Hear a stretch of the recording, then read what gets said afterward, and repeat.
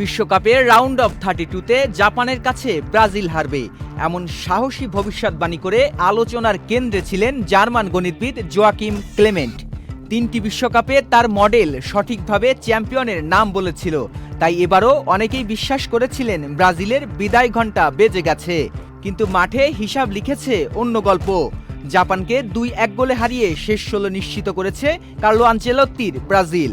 আর এর পরপরই নেইমারের মজার খোঁচা, আগামী বিশ্বকাপে আবার চেষ্টা করুন। মজার বিষয় হলো, এবার গণিতবিদের মডেল ভুল করলেও সুপার কম্পিউটার ছিল ব্রাজিলের পক্ষেই। অপটার হিসাব বলেছিল নির্ধারিত 90 মিনিটেই ব্রাজিলের জয়ের সম্ভাবনা 57.7%, আর জাপানের জয়ের সম্ভাবনা মাত্র 19.3%।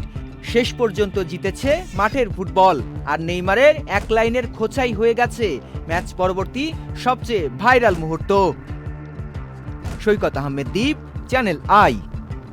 Optical brightener photo catalyst active granule সমৃদ্ধ বসুন্ধরা পাওয়ার ওয়াশ।